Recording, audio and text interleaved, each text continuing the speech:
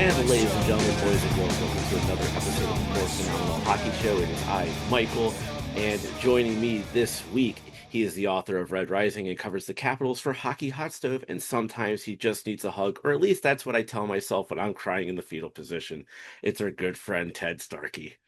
I'm still waiting for that hug. I haven't been able to see you in person.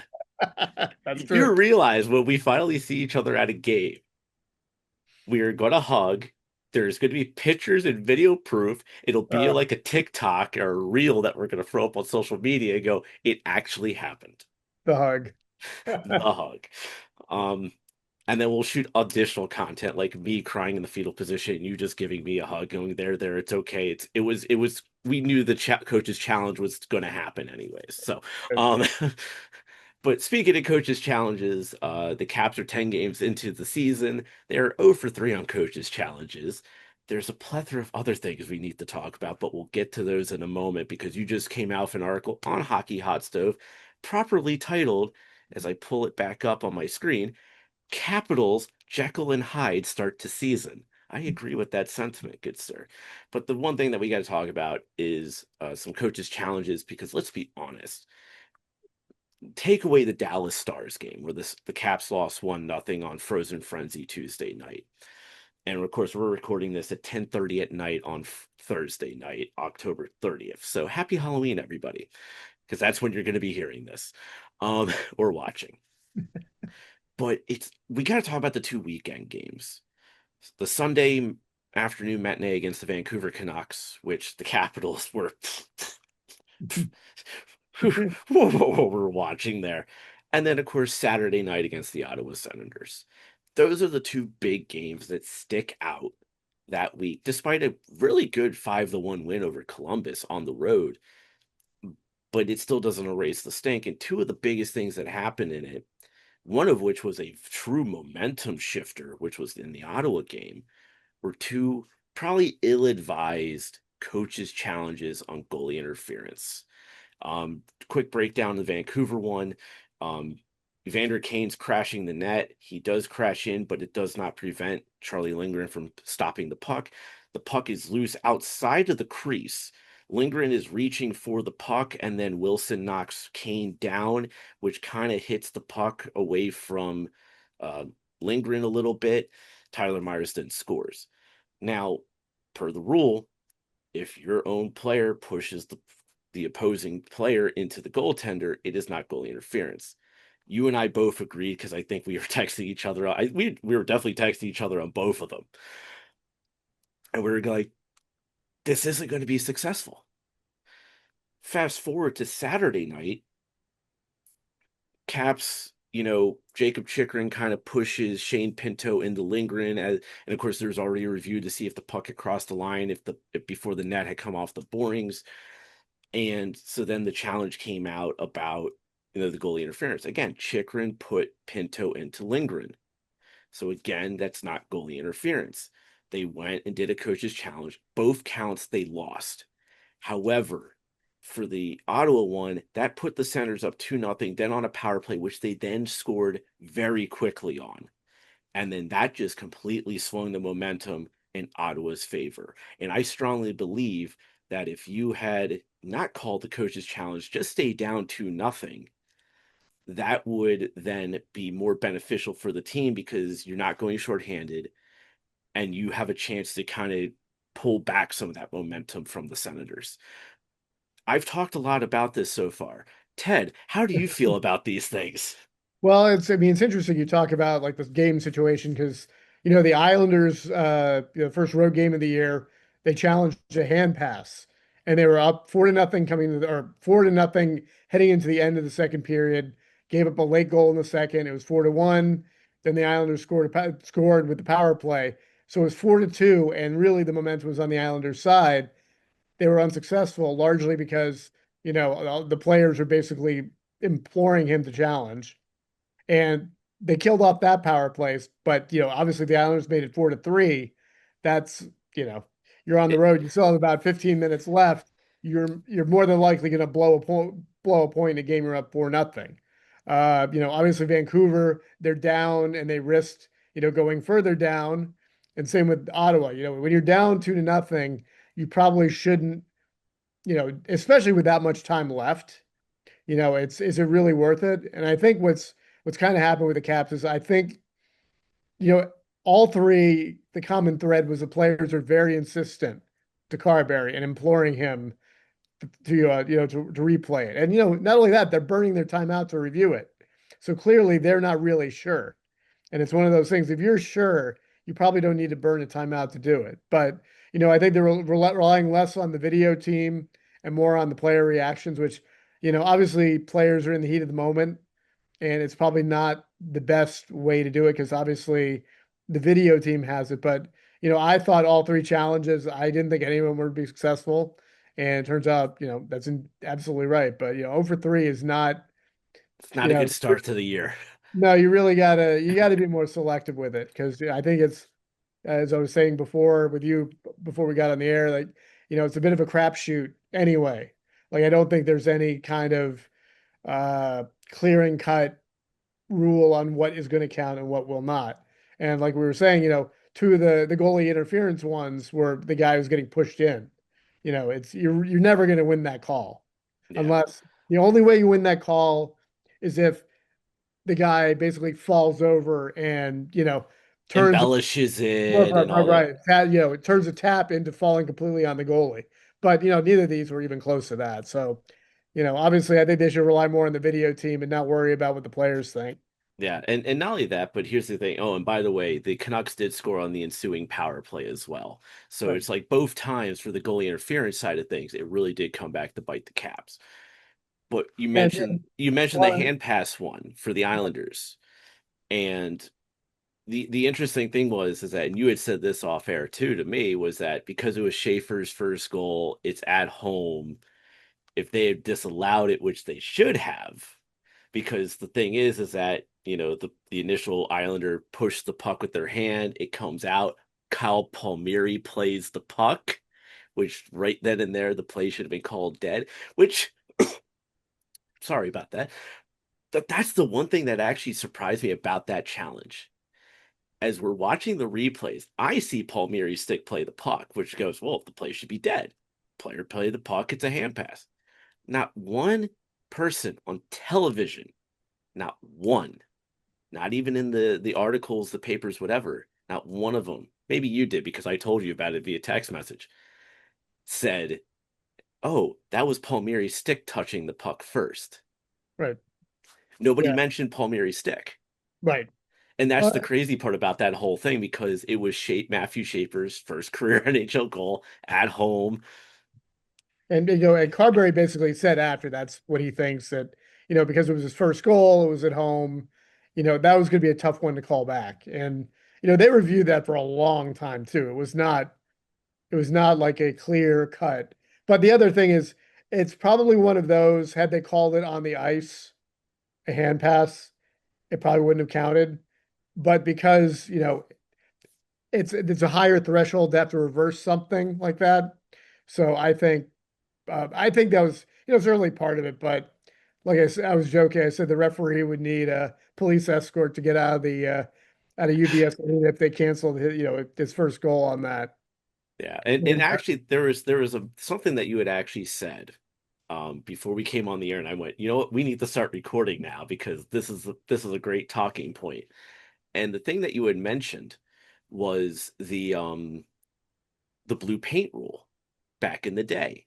And of Right. course, we remember the infamous Brett Hull goal in the 1999 Stanley Cup final. Yep. Well, interestingly, Brett Hall and Kelly Chase now do a podcast. I think it's called like Ice Guardians or something like that. I've been seeing a lot of like reels on Facebook for it.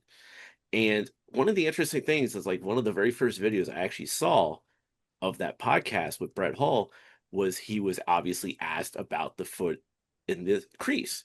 And he actually said that midway through the season, they apparently changed the rule. And the only people who knew that the rule had been changed were the officials and the general managers. The players didn't know, the coaches didn't know, obviously the fans didn't know, and the media didn't know. But apparently they changed that rule midway through the season and just didn't tell anybody. That's very NHL. But I mean, like I was telling you before, I think I was never a fan of that rule. However, I think compared to what we have now is probably it's favorable because, it's black or white. It's either in the crease or not in the crease. And I think now there's so much nuance to it. I don't think I've never thought there was any consistent call. And I think, you have wasted challenges because I think, no one really knows what they're going to call. I think you roll the dice and you hope, like you said, in the two goaltender interference calls, the Capitals were trying to keep it to 1-0. And, say a goal, down only a goal and ended up, they came up snake eyes and ended up being down three. And in the Vancouver game, that was huge because they lost by 1 goal. Yeah, they They came back. They fought back for that yeah. one. Yeah, in Vancouver lost two forwards and they were down to 10 forwards and they dominated the late stretch. Obviously Ottawa wouldn't have made a difference because they were they were They were flat. buzzing. Yeah. Ottawa was buzzing and the Caps were flat. Yeah. I mean, there was the lowest shot total at home since 2004 in that game. So, Lowest shot total at home during the entire Ovechkin era. well, they've only done it 4 times in the history of the franchise.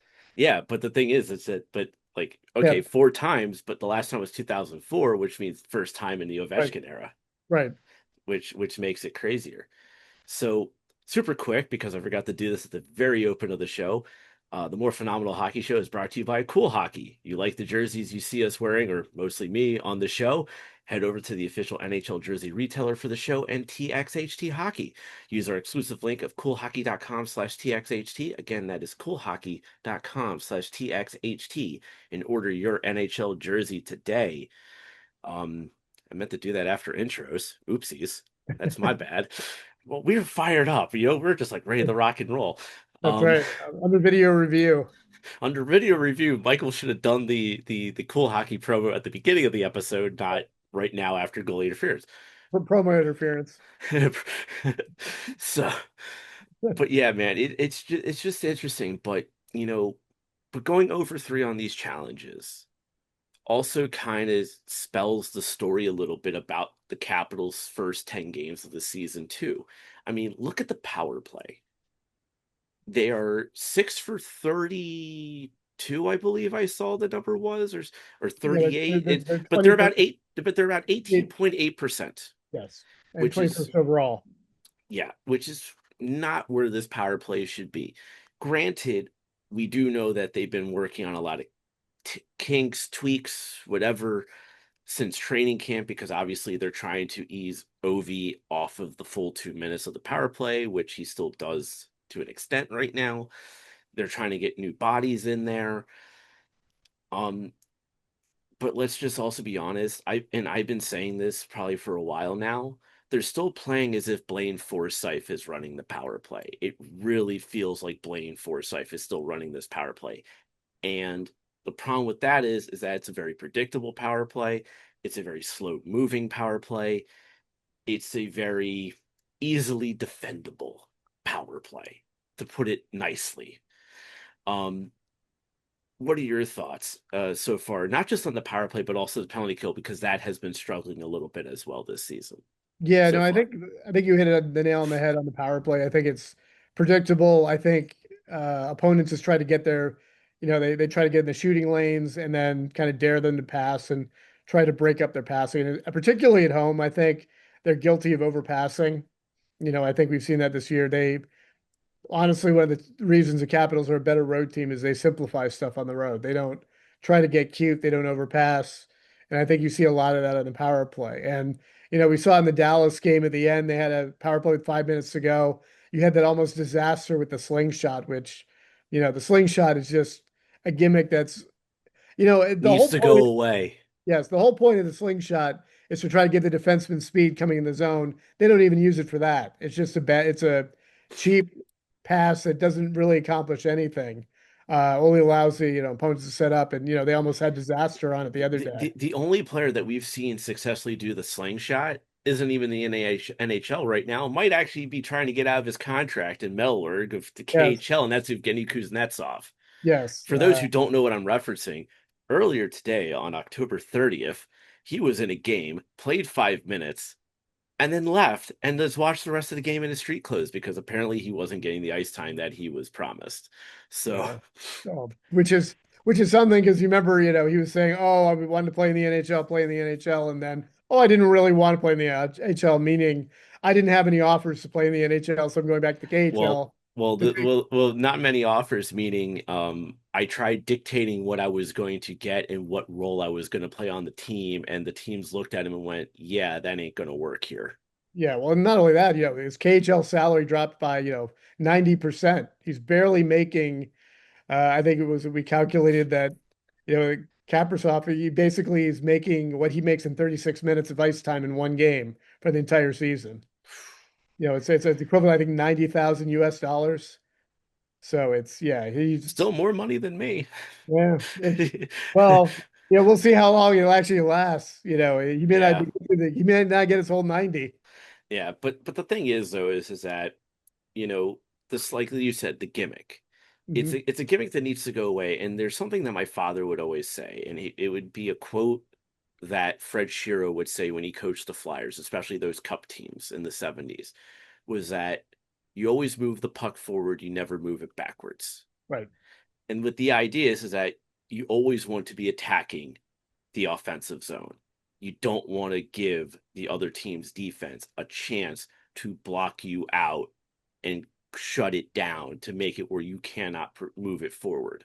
right, So it's like, and we've seen that with teams like Ottawa. We've seen that with teams like Dallas and some other teams so far. Not just that the Capitals have played, but in other games. Like right now, I have the Ranger Oiler game on, and like look at the way the Oilers move the puck. They move the puck quickly so the defense cannot get settled in. That's what the Capitals need to do. They need to be moving the puck more quickly to get, the team's defense to be moving around because when you get the team's defense moving around because you're moving the puck fast enough, guess what? You just open up scoring opportunities. You just open up lanes and stuff like that. And they're just not doing it. right. And like I was saying, with the slingshot with the Caps is the whole point is you have to bring it with speed, and they're doing it. They're basically coming in. It's basically an extra wasted pass, which is pretty dangerous when you're throwing it back, especially because, again, it's predictable. They know the Caps are going to try to do this.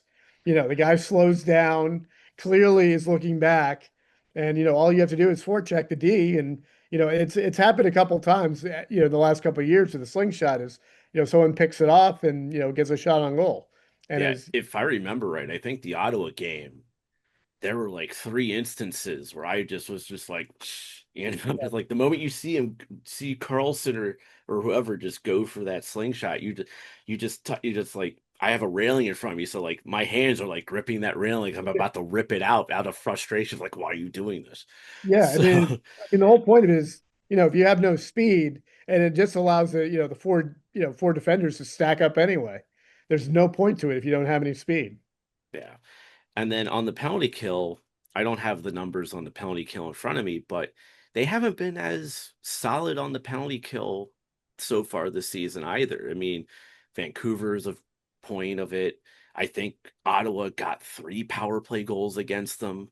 Yeah, So it was like, it hasn't been very, I mean, also, let's just be honest. We could take the tape of the Ottawa game and just throw it in the dumpster fire for all we care for that game because that was just bad all around except for Justin Sordiff. Sordiff showed up. I liked his play in that game. yeah. I mean, I think too, the other thing with the penalty kill is they've been giving up goals pretty much in the first 10, 15 seconds too. Like I remember I believe the Islander game, the first power play goal, I think it was not very long after the penalty was called. And I, And if I it's basically remember like, right, it was like that for Boston too. I think yeah, yeah. So in the basically, home opener. it's basically just a setup play, and they allowed the goal. And like we were saying, it's They were very good 5-on-5, but they were not very good power play or penalty kill. And I think, obviously they've as I wrote, they've been very up and down. Obviously the Minnesota game and the Columbus game, they looked very good. And the Vancouver game for two periods and the Ottawa game for the entire game, they were terrible. Like this, probably one of the worst performances they've had, like we were saying, in the last 20 years. So it's just strange how they've been playing. As I said, some nights they look great and other nights they don't. Yeah, but we can both agree on one thing. The goaltending has looked great. Yes. Both Logan Thompson has been spectacular when he's been in goal. Charlie Lindgren, you can't put Vancouver and Ottawa against him. He got hung out to dry on both of those Right. games, Yeah. but I he mean, did everything he could to keep the Capitals in those games. yeah. I mean, you look at Thompson's got a 939 save percentage. It looked really good. And like you were saying with Lindgren, I agree with you. I think there was just two no-show performances in front of him. He was not bad. They were just collapsing in front of him. And, I would think other nights, perhaps like the Ottawa game, they would pulled Lindgren before, it got too late. But I think at that point, he didn't really want to blame the goalie on that loss. And certainly wasn't on him because, when you put 13 shots in the other net, you're spending a lot of time in your own end. Yeah, and not only that, but the Ottawa game was also the second game of a back-to-back Right, because the Capitals obviously played the night before in Columbus. So Thompson had already played the night before. right. So yeah, it's very interesting.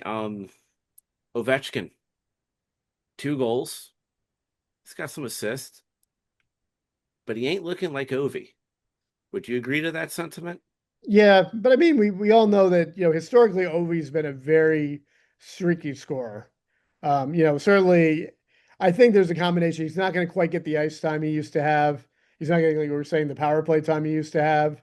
And I think there's a recognition of that. Like I said, I think before the season, I thought 30 goals this year for him would be a good number because I thought, and they're gonna manage his minutes because he was awful in the playoffs last year, particularly the Carolina series.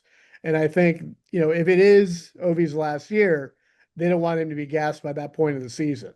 Yeah. Uh, and, obviously he has not been great this year, although, we still don't know what the injury that kind of dogged him during camp was.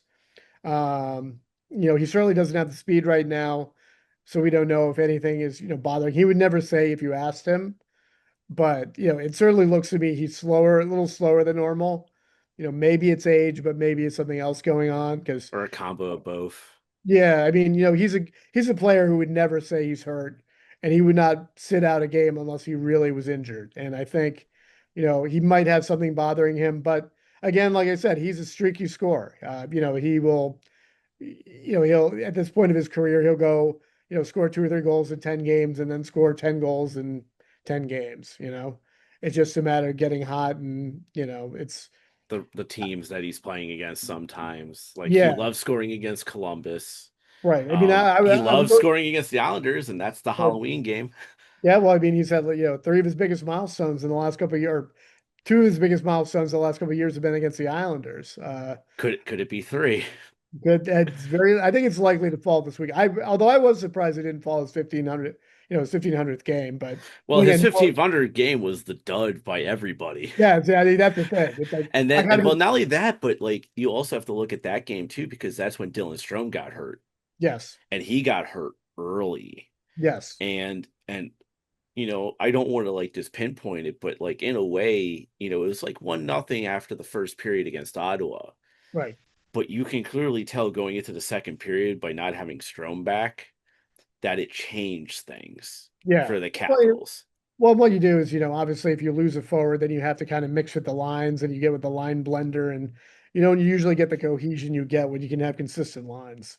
Yeah, but when we look at Dylan Strome, he's kind of the Backstrom Right, on this team. And when you take him out of the equation, your next guy is Pierre-Luc Dubois, right, who is more of a solid second line center than a first line center. And this is not a knock on PLD. And then you have McMichael who's playing center. You have obviously Dow's your fourth line center, and right. then sort of's been playing center off and on so far. And So it's just kind of interesting seeing it's like, there's a chance Stroh might play this weekend. We'll Yes. see. Um, I you know, mean, bec and and something same like with that, Sandin. right? I mean, something with like Strom is too, obviously it looked like a pretty serious injury. It could be something that he can play with that won't aggravate the injury, which would kind of be my guess. I don't know how effective he'll be, but obviously they did not look very good. But like I said, if he wants to play and they don't think that he can aggravate the injury further, then maybe they let him play. But we'll see. Obviously it's too bad they lost Ethan Frank again too against Dallas.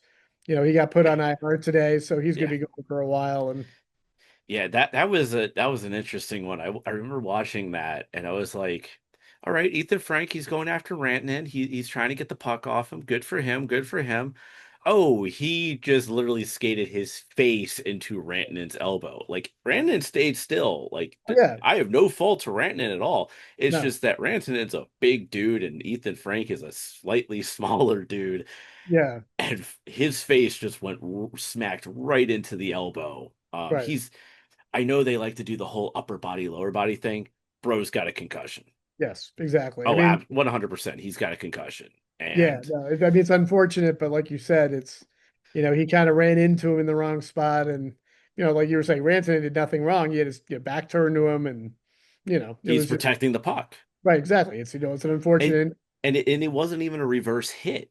That's No, that's the thing. He he, just he- stood there, he had the puck, and the next thing you know, Frank just pops yeah, right he, into him. he was playing it on the ice, and got it in the wrong spot, and so we'll see. I mean, obviously, if Strom's not ready, do you entertain bringing up someone else? At some point, you probably want to give Cristal a look to see how he does. Give him a couple games and and kind of inject some different new life in this offense because that like I was saying the Caps defensively been they've only allowed 22 goals, one of which was an empty netter.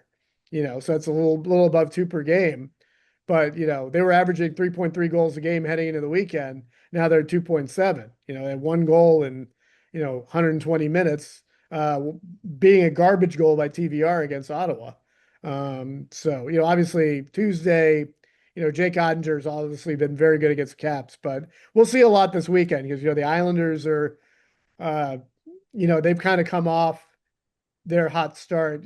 Patrick Waugh has them now playing a wide open game than you're accustomed to seeing. They're not sitting back waiting for their opponents to make a mistake anymore. They're pushing, which may be difficult for them to sustain because I think besides Schaefer, there's not a lot of offensive talent to carry them 82 games. Obviously, Bo Horvat's had a nice start, And thank but you for reminding me because the Islanders just lost to the Hurricanes 6-2. yes, And the one thing that I wanted to look at was okay, so Matthew Barzell was healthy scratch due to disciplinary reasons for today. Now the original plan was to have Richie, what's I don't remember his first name, but he's the rookie. He was supposed to make his debut tonight. Couldn't get there due to weather. Will most likely make his debut against the Capitals on Halloween.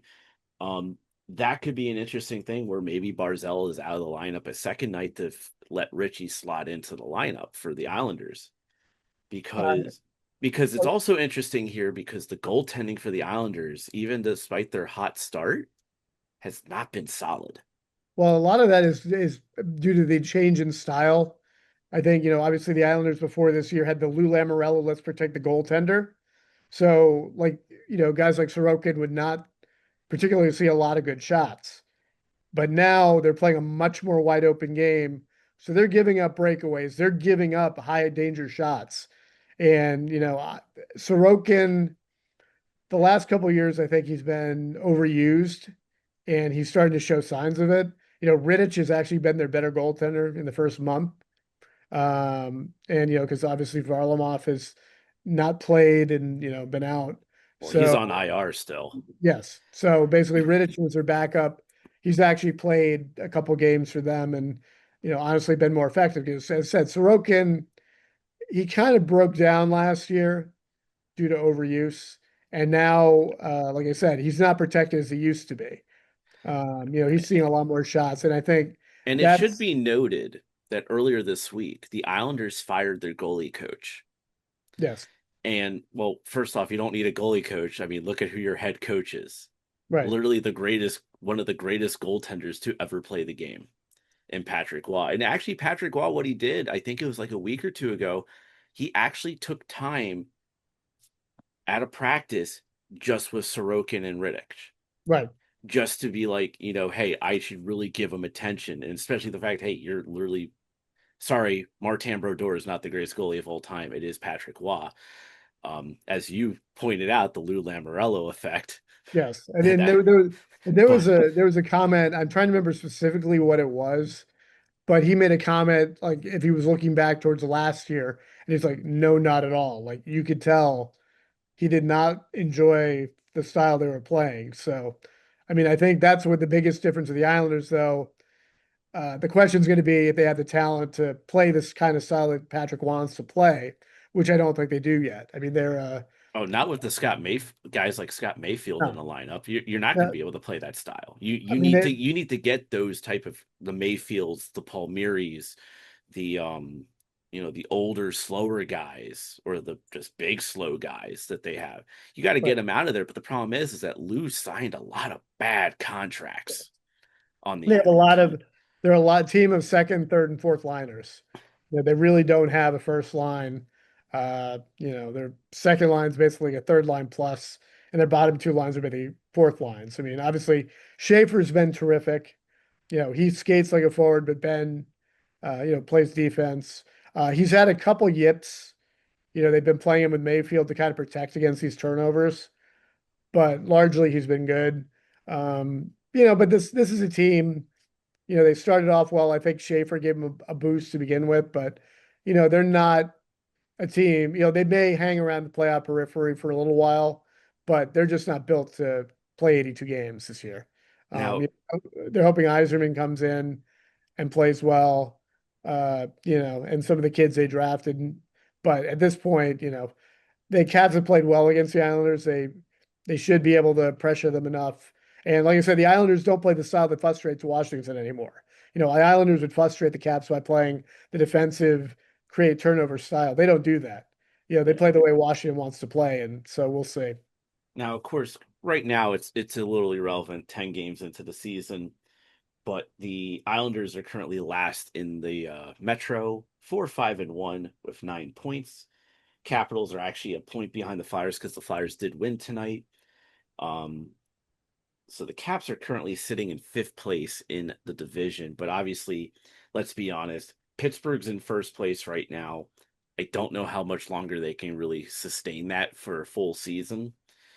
The Devils are two, the Hurricanes are three, the Flyers are four. I don't see how long they can sustain that either. Even my dad, who is a big Flyers fan, is like, yeah, I don't see the Flyers making the playoffs. He sees them as a bubble team, but he doesn't see them there. Right. Um, but then when you look at the Atlantic to shift into our Saturday night opponent, which is the Buffalo Sabres, the Sabres are currently sitting in seventh place. They have the same amount of points, but they have the tiebreakers over the Toronto Maple Leafs. So the Maple Leafs are sitting in last place in the division. Luckily for them, there's a distraction known as the Toronto Blue Jays of the World Series right now, but that's only going to last a couple more days. Go Yes. Blue Jays, by the way. Um, I was going to say that the Leafs are the Blue Jays' biggest fans right now because they lost last night with the win by Toronto. So yeah, to take the 3-2 series lead. yes, so it's going to be it'll be a crazy scene and not involving the Maple Leafs tomorrow. I mean, and you think about it, the Maple Leafs, every other team in town has won a championship since. The Raptors have won, Toronto FC has won, the Uh, Argos have won. the Toronto Six of the now defunct PHF has won. Yep. So everyone else, everyone else has won, and the Blue Jays. Toronto's a very bandwagony sports town, except for the Leafs. When the Raptors won, everyone came out. I saw the tickets for tomorrow to get into Rogers Center are $1,300 American. So it's not a cheap endeavor, so it'll be interesting. But obviously the Leafs have kind of the whole end of the season last year with losing Mitch Marner and kind of never really replacing him. I think really, they were always a team that were high octane. And, if you don't replace a guy like that, yes, he wasn't a playoff type player, but you don't really bring anyone in to put in the lineup. Well, let's Uh, be honest. Their best player was never truly Mitch Marner. right, Their exactly. best player has always been William Nylander. Right. Nylander's the guy who shows up in the not just during the regular season, but in the playoffs for the Maple Leafs as well. Well, It, to use a baseball analogy, I think what happens when you lose a guy like Marner, it puts more pressure on the guys who are left. It's protecting guys in the order. And I think, when you are a little less dangerous offensively, you can concentrate a little bit more defensively, on three guys versus four. yeah, Obviously, when you have four guys, you could split them up over two lines if you want. Three guys, if you break them up, you're maybe not necessarily matching them with the right talent. Two and one's a little tricky. So, and Toronto's got the same problems they've always had. They're defensively deficient. The goaltending is iffy. Obviously Wall's been out this year. Um, you know, so you're asking a lot out of a team that's, and like we we're talking about, they're not playoff tested. They're built, to borrow another phrase from baseball, they're built for October, which is not what you want in the NHL. yeah. They're great. Baseball's October compared to the NHL's October, two completely different things. Exactly. They're not built for April, which is, they're not adept to dealing with blocking shots, clogging lanes, and they like the open ice, and they don't necessarily have it. And then you talk about, Saturday's opponent in Buffalo, they're a team that have, perpetual rebuilding. They're already talking about, maybe possibly trading Alex Tuck, who is a lifelong Sabres fan from Central New York. You're talking. Not just that, but Tuck's in the last year of his contract, which is why they're talking about it. Yes. I mean, he is the classic guy who would stay in Buffalo. And you're talking about getting rid of him. So, the Sabres, uh, Well, I could see one thing happening with Tuck. He gets pulled into the general manager's office, which I would, if I was Tuck, I'd be like, man, I hope you're telling me you're getting fired because you're bad at your job. But if I'm Tuck, if I want to help, and we've seen players do this before in the last year of their contracts. They go, okay, you're going to trade me to this team. This is the value you're going to get. Okay, wink, wink, nudge, nudge. And when the free agency happens, I'm going to re-sign with you. right. It'll And be so, so I could see that happening. the problem is the Sabres, I don't think have the the capital to do that. Like you look at these guys, like probably the biggest disappointment the last couple of years for the Sabres has been with Levi. He came in, was going to be the goalie of the future. They And shot his confidence to hell. yeah, yes, they did. They mishandled him.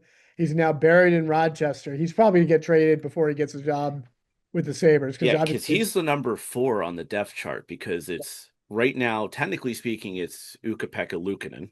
right, Then it's Alex Lyon, who's technically like the 1A right now because he's been playing very phenomenal for the Sabres while right, Luukkonen was out injured. right, Your number 3 is Alexander Georgiev, right, and now number 4 is Devin Levi. right. And it's basically, I think we've talked about the Sabres before on the show, but they're a team that has a bunch of puck moving defensemen without any guys who play responsibly. And I just think they destroy. It's almost like Philadelphia and, place where goaltenders go to die. It's UPL.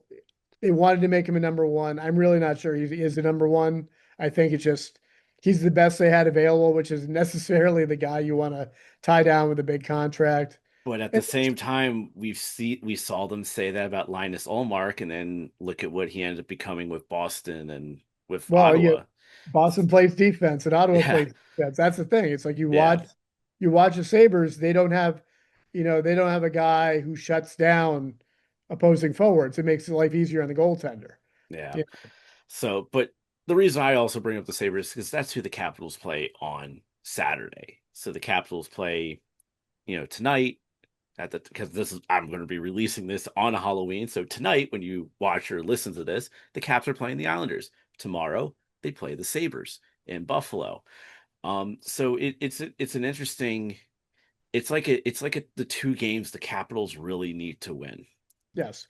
especially the fact that the Islanders is obviously a divisional rival. the Sabres as a conference opponent. So, you look at that for wild card purposes if the Capitals happen to be in the wild card race. So it's like, yeah, okay, we need this win over our Eastern Conference opponent because it's those points are going to matter. Those tiebreakers are going to Right. matter. And you look at the Islanders too. I mean, their game against Boston, they were up 2-0 about 2 minutes in. Then they gave up five straight goals to lose. They were blown out tonight by Carolina, who's, to be fair to the Islanders, they're a team that matches them very well because they use a lot of speed.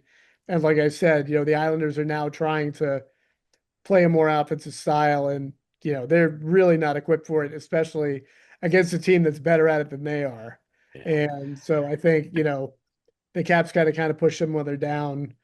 And, in terms of the Sabres, the Sabres have played the Capitals tough in the last couple of years, going back to the end of 2 seasons ago when the Capitals badly needed a win, went up to Buffalo and lost 6-1 or something to that effect. It almost looked like they cost them a playoff spot. And they weren't particularly good against them last year. I believe they won at home in overtime. I believe they lost the beating up there. Yeah, I Uh, remember what was it? It was 2 seasons ago. The Tage Thompson, I believe, had the hat trick in the overtime game, but that was after the what's the name of that Buffalo Bills player that had the cardiac arrest on the field? Hamlin. Yeah. So like Hamlin, I guess his number was number three, and go figure, Yeah, the Thompson hat trick. scores 3 goals in a Yeah, like a 3-2 overtime game, and so everyone was like, "Oh, threes!" It was a sign for Hamlin and stuff like right. that. So it's like I was at that game. That was an interesting one to see them Yeah, lose. I mean, you basically look at the Sabres and they're a perpetually rebuilding team. Unfortunately for baseball fans, it's kind of like what the Nationals are becoming. In terms of, they're already talking about trading the guys they got in the Juan Soto deal. So, the Sabres, I believe you would consider this the fourth version of the rebuild because you had the pre-Eichel version, you had the Eichel version, you had the after you traded Eichel version, and now you have the Owen Power version. And It the ain't. team, It just ain't working. no, I mean, basically we were talking about Tuck is like I said, the guy should be a Sabres lifer after coming over from Vegas in the Eichel deal, and they're not a well-built team. They're another team with a lot of bad contracts. And so, for years they would spend to the cap. The problem was it was not a good cap team. Like they would have to overpay to bring guys in or retain guys. You know, uh, Villy Leno was the famous guy who, they paid a ton of money who was not worth it, but they couldn't afford to lose him, so they overpaid him. And it's a vicious cycle, but it really doesn't look like they're coming out of it. Obviously, I thought Levi would be a big difference maker for them because he was phenomenal in college. I saw him a bunch of times in Northeastern. He has just never recovered from that confidence. And that's just behind playing against a lousy defense. I mean, you see, Yeah. like you were talking about Sorokin, you see a lot more shots. You lose confidence in yourself, and that's what happens. Yeah. So we're going to do a little transition, but before we do, the More Phenomenal Hockey Show is also brought to you by Oats Overnight. When we're on the go but still need breakfast, Oats Overnight is the healthy on the go breakfast choice for the show and TXHT Hockey. Use our exclusive link in the description on both TXHTHockey.com and in the YouTube show description to try Oats Overnight today. I just got a subscription box. I have iced lemon loaf chilling, getting ready in the fridge for me tomorrow morning, or in this case, of were you listening to it this morning? Yeah. Um, it's good stuff, man. I'm staring at the box. I got some strawberry banana and some banana bread that I'm going to be making in the next couple days. I can't wait to have it. So with that, I want to transition because we're talking about like teams that are having issues. A team that's still having issues is the Nashville Predators. Yeah. And one thing that was on the sheet with Jeff Merrick was Greg Wisniewski brought up the thing of Jonathan Marchessault would probably be the best person for the Carolina Hurricanes. Do you think if Nashville continues the route they're going right now, that a guy like Jonathan Marchessault, or dare I say, a Steven Stamkos, gets moved? It'll be interesting because last year Barry Trotz made such a splash going in, getting those guys. and they just never have gelled. It's kind of like I think they thought they're closer to contending than they actually were. And you get a guy like Stamkos, you think, oh, he's a natural leader, a natural scorer, and he just never fit in. And sometimes players just don't fit in their locales. And obviously, yeah, I think if they struggle again, I mean, it's going to be 2 years in a row. They were hugely disappointing last year, and if you don't turn it around, then obviously, you know, what's the core you're building around? It's obviously not a team that's going to make the playoffs, and it's going to be very interesting because obviously with the salary cap going up, it allows teams to be very protective of who they want to keep versus former years. So it kind of raises the value of guys who do get traded because there's fewer stars on the market. I mean, you look, a lot of the guys who are going to be free agents next year are signing already. Martin H has just signed. Yep. So it's you're the value goes up to trade these guys. So it's a lot more attractive for teams if you don't want to keep somebody to make a deal. And, as I said, Barry Trotz obviously was a great coach with the Caps, the Predators and the Islanders, but he has not shown a lot in the general manager level. And, I think he kind of tried to do the home run swing. He missed. And now you kind of got to figure out how to move some of these contracts. And how to clean up the mess that you made so you Right. can, at the end of the day, keep your job. Right. Exactly. Because Barry Trotz could become possibly the fastest general manager in and out of, I guess you could say, the cap era. Yeah, well, but in his case, I would think you become president or get some other role in the organization if you want it, because obviously Trotz means a lot to that city and that franchise. So he has a little bit more He could be an ambassador. right. He's a He, little he bit more doesn't have to rope, be he doesn't have to be in hockey operations. You can make him an ambassador. right. I mean he's more rope than like say a normal guy would, but like as I said, still his moves have not panned out, so you really got to figure out going another direction. So another team, or technically in a way, two teams that are also not really panning out. We could talk about Calgary and how that's just the dumpster fire there. But two teams that are a little bit more surprising than Calgary is the Minnesota Wild and the St. Louis Blues. Both Minnesota obviously was in the playoffs last season. St. Louis, I believe, was too. And they're literally 3-6-3, 3-6-2, respectively, for Minnesota and St. Louis at the very bottom. They're under Nashville in the Central Division. You know, and especially like you talked about how Barry Trotz made the big splashes, bringing in Brady Shea, Jonathan Marchessault, Steven Stamkos to Nashville. You know, the Blues made a big splash that same summer doing the offer sheets on Dylan Holloway and Phil Bjorkstrom to really booster the team. And they had great seasons last year. It ain't clicking right now, and it's very weird for not just the Blues, but for the Minnesota Wild. Yeah, and, sometimes it's interesting because you come in, like sometimes if you're a surprise team, you kind of expect things to go the same way. Then you play opponents who are getting up for you now versus, maybe they kind of overlooked playing these teams.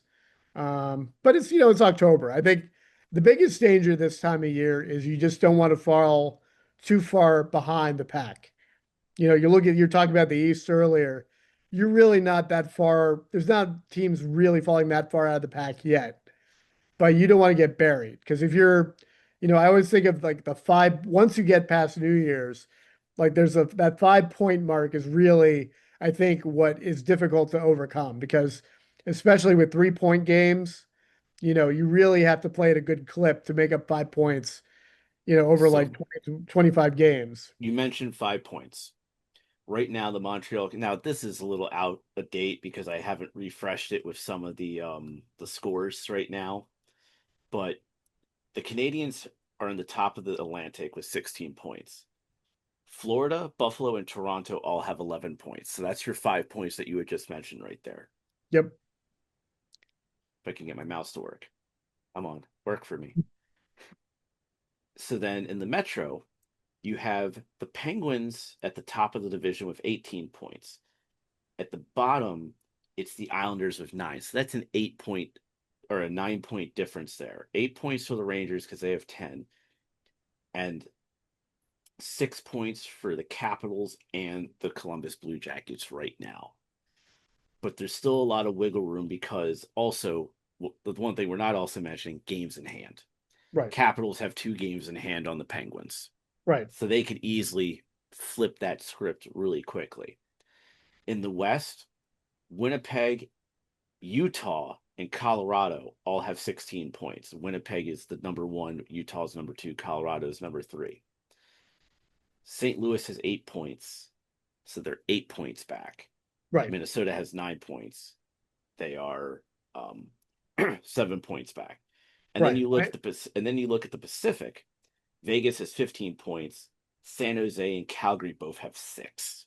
Yeah, yeah. I mean, that's like I said. Once you get to a certain point behind, it's so hard to make up ground, especially when you're chasing a bunch of teams. So like I said, at this point, you just don't want to get buried in the standings because if you're buried in the standings, you remember the Capitals of the first time they made the playoffs in the Ovechkin era. They were 6-14-1, and they had to basically go at a high clip the last, remainder of the season, and they barely qualified. Yeah, So the reason they qualify was because they won the division the last day of the season. right, That was the only way a team from the division was going to make it in from the Southeast at that time. right. So it just when you give yourself that big a hole, it's really difficult to make up. Even there's always the Canadian thanks or the American Thanksgiving rule, where you look at the standings on Thanksgiving Day in the U.S. and a good chunk of the teams that are in playoff spots on Thanksgiving are going to be in the playoffs, and that's only 3 weeks away. So you basically have another every team probably has like 8 or 9 games before Thanksgiving Day, and you have a pretty good idea of where it's going to be. Obviously, there have been big sections of that rule. Obviously the Blues 2019, they were last place in New Year's, but generally it's very, very difficult for a team to make up ground if you're well out of the playoff race, come Thanksgiving. Yeah, you like when the Blues made the playoffs that year, they got every single break in the book. Teams Yes. that needed to lose games lost those games. Yep. Games that they needed to win, they won them. You know, I mean, and not only that, but it was also a coaching change midway through the season too. yep. I mean, there's only a handful of teams I can think of offhand that have come off massive deficits. I know the Kings one of the years they were torrential down the stretch. Obviously, like I mentioned, the Blues, the Caps, but generally it's very, very difficult. And it's going to be even more weird this year with the Olympic break because you're going to have basically teams. You probably will see teams before the break try to make deadline deals so they can get them done and get players in the fold before the frenzy. Because obviously the deadline isn't much after the break ends. So I think teams will try to get ahead of the curve with those. So you're probably gonna see some good trades in early February rather than early March. And one of the interesting things that Spencer Carberry said, and he said it at the season ticket holder coffee talk, which was the day before the home opener. He actually said that like for the Olympic break, while yes, it's a 19-day break of games, there is a certain point within the break where teams can start practicing again. Right, So, like to your point, teams may be looking at before the Olympic break to make those trade deadline deals because what they can do is that they can then utilize that, like I guess, week of the Olympic break where they're allowed to start practicing to kind of implement and do like a mini training camp to get everyone back up and running. right. Because And you let's look be at honest, once they're like a week away from the Olympic break, teams are going to start packing it in. right. I mean, We've and seen look, the Caps do it every year. well, I mean, the other thing too is, I mean, the thing Washington's going to have the same thing as they had with Four Nations last year. You're probably going to have one or two players involved at most in the Olympics, Well, which the is a Capitals did not have anyone last year. They're the only team without a player in the Four Nations, right. thankfully. And you're probably not going to see anyone You from have Ferravaris going to play for Slovakia because he is one right, of the 6 named. right, Thompson is on the list of goalies. Even though he didn't go to the camp, he's on the list. right, Wilson, we know, is on the list. right, Um, Obviously, Ovi's not going because Russia is banned from the Olympics. right. Uh, Carlson is probably past. Carlson wasn't even invited, and he's obviously got a big history with USA Hockey, so that kind of a good indication. Honestly, Carlson's going to be an interesting down the stretch because he's clearly not what he was. He's another guy in a contract year, and I think under normal circumstances he was playing better. I think he would have been in the fold by now, and I just kind of think they don't know what he has left in the tank, and so I think it's gonna be an interesting call by the Caps. Yeah, especially Maybe, with Cole Hudson coming up after college, because yeah, you yeah. know that's happening.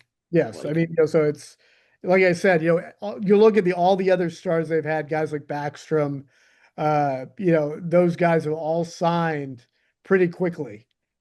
Like they did not let this linger, and the Capitals do not seem to be in a hurry with Carlson. Maybe they're just being slow about it, but he has not been the player he was. He certainly was. You look at that, the series against Carolina. He seriously looked like he was hurt. He insisted he wasn't, but he was just ineffective at even slowing guys down. yeah, And one of the things I would do with Carlson is I would change the pairing slightly. I would have my first pairing be Faravari with Chikrin. The second pairing um would probably be like Sandine and Roy, which I think that is the pair. And then my third pair would be TVR and Carlson. I would bump Carlson down. I would put Chikrin on the first power play unit as the feed guy to Ovechkin, but I would have Carlson on the second unit Right, instead. yeah, Like you got to start curtailing him back a little bit because, he's what, in the 17th season in the NHL? yep, So, yeah, it's about that time you start kind of curtailing him going like, yeah, we're paying you this much money this season, but yeah. I mean, and he's had you're hard not you're miles. not a number one defenseman anymore. Yeah, he's had some hard miles too. He obviously played a ton of minutes over his career with Washington, and like I said, it's kind of interesting that it's kind of hasn't been said yet that obviously he hasn't signed. And, Washington does take care of their own players. So it's not like, they usually don't let these guys walk to free agency unless they feel that, you know, they don't worth what they're going to pay them. And it's going to get more and more interesting down the stretch if, he remains unsigned. Well, my inkling, and you and I we've talked about this before. I think the thing with Carlson is that there's the link with Ovechkin. I think I still feel in my heart this is Ovechkin's last year.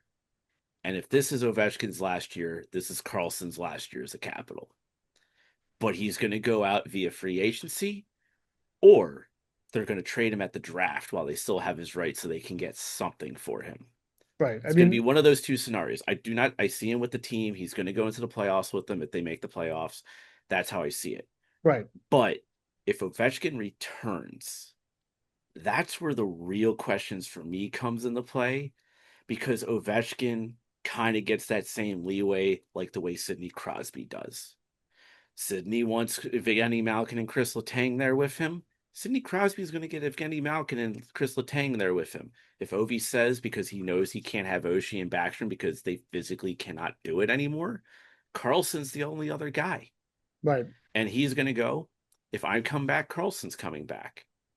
And that's kind of where, I see it become more intriguing because, again, you got to figure out how you're going to fit in Cole Hudson Right. because he's coming. He's going to be playing. I mean, he's tearing it up right now in college again.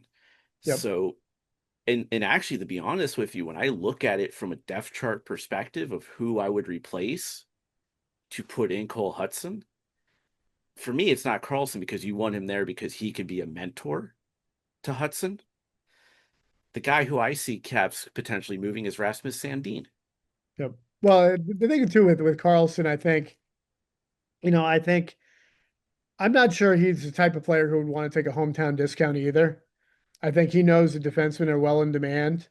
And if he can get a several year contract elsewhere for a lot more money, I don't see him having a problem taking it because, I I'm wincing at the idea of him getting a long-term contract because it just makes me think of the Brad Marchand contract. It's like, Marchand's not going to play the full 6 years of that Exactly. contract. It's basically as I said, I think I mean to be fair to him too, when they've signed re-signed players, they have not been cheap. They have not had hometown discounts for any of those guys. Obviously, like guys like Oshie and Backstrom, their only reason their contracts worked out is they were able to LTIR them, and eventually, they basically they made the contracts longer than they needed to be so they could spread out the cap hits. I just don't see. I don't know if Carlson would accept a short-term deal even with Washington if there's other options available. And I think with a lack of quality defensemen available, I think he probably could get a contract that's of a decent length from someone else just because, I think he's a name. He's a guy they could say, well, he's a high, potentially could stay at a high ceiling. But like I said, from what I've seen of him lately, he's not, it's like the first part of last year was kind of like the swan song of his what he could do because he was really ineffective the second part of last year, particularly the playoffs, and he has not been overly effective this year. So Yeah. So and hey, we still respect Carlson for what he's done for the Caps because he was a big part of that 2018 Cup team. But you got to be realistic about things yep, because you know whether people like to hear it or not, soon there's only going to be one guy from that Cup team on the yep, roster soon, and that's going to be Tom Wilson. yep, And it could happen as soon as next season. yep. Like I So said, I will say with Ovechkin, I do think unless the Capitals bomb out this year, if Ovechkin's personal stats drop or he's unhappy with his ice time, I think he will come back for one more year. I think that if the team is a serious cup threat, I really have a hard time thinking he leaves, knowing that potentially he could leave that one last cup on the table. listen, we can't wait 3 years for Connor McDavid to become available again. Okay, it's just come on, Ovi. We can't we tried to get McDavid, but it didn't work out. Okay, no, I'm just kidding. Next thing you know, somebody goes, "Oh, the Capitals for tampering. They're trying to get." No, they didn't. I was just joking. Come on now. So, but yeah. So we've got our hour in. We Yep, did good. exactly. We good. Exactly. So with It's that, a late hour. We're almost into Friday, so yeah, we're literally almost in the Friday. So this episode literally will not go out until Friday on both YouTube and on the website. But with that, Ted, where can everyone find you on social media? well, at Ted Starkey, and I'm also at HockeyHotstove.com. Like Michael was saying, I do a lot of the caps. I do a column occasionally. I touched on expansion this past summer, and we'll be doing more stuff both on the caps and the NHL. Nice. And of course, for me, you can find me at the Lindenbaum 75. And of course, for the show specifically, just go to txhthockey.com or txht_hockey on Twitter, Instagram, and txht hockey on Facebook. There is no TikTok for the show. If you want the hockey content, you just go to at the Lindenbaum 75 because I don't want to create two accounts for that one. Just look I at the jerseys, then you'll find TikTok. what was that? Look at the road jerseys, you'll find TikTok. Yeah, yeah. Look for the home jerseys and the alternates, and you'll find me. Okay. Hey, people love the videos of the players walking out for pregame warmups, Yep. and the ladies love the LT content during the first intermission when he does play at home. So, because where I stand, so for those who don't know, if you go to TXHT's Facebook, Instagram, and my personal TikTok, I do the walkout videos where the players walk out of the onto the ice for pregame warmups. That's always a very popular one.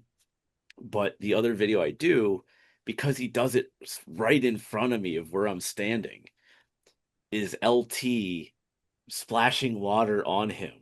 Like he takes his helmet off and he just like splashes the water in his hair, just gets all soaking wet.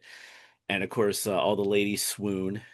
And so I just decided this season, you know what? Let me just put this up during the first intermission. It's like, here's your first intermission LT content. So, so I'll probably have that on Halloween. Here's your Halloween LT first intermission content. So with that, everyone, thanks for tuning in. He is Ted Starkey. I'm Michael. And this has been the More Phenomenal Hockey Show. And until next time, we will see you on the ice.